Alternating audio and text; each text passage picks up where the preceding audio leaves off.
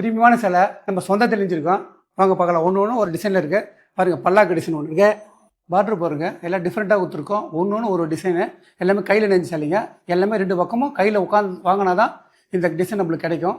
அவ்வளோ அழகாக இருக்கும். இந்த சேலைக்கு அழகாக பார்த்தீங்கன்னா இந்த பார்டர் தான் ஒரு அன்னப்பட்சிக்கு ஏனை. அதே பார்த்தீங்கன்னா முந்திலையும் கொடுத்துருப்போம். எல்லாமே விரும்பி கேட்குற பல்லாக்கு பார்டர் கொண்டு வந்திருக்கோம்.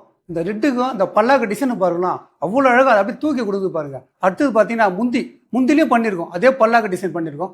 இந்த பிங்க் கலருக்கு அந்த பார்டர் பாருங்க, அந்த ஏலையும் அந்த மயிலும் அவ்வளோ அழகாக இருக்கும். ஏன்னா நாங்கள் கையில் பார்த்து பார்த்து வாங்க சொல்ல எங்களுக்கே மகிழ்ச்சியாக இருக்கும். ஆஹா, சூப்பராக வந்திருக்குடா அப்படின்னு.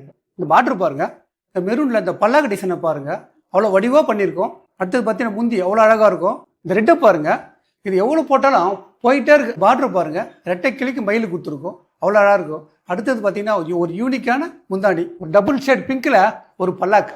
இந்த பல்லாக்கு அவ்வளோ அழகாக அதை தூக்கி கொடுக்குது பாருங்க. அப்புறம் பார்த்தீங்கன்னா ஒரு முந்தாணி, அதுலேயும் பல்லாக்கு பண்ணியிருக்கோம், அவ்வளோ சூப்பராக இருக்கும்.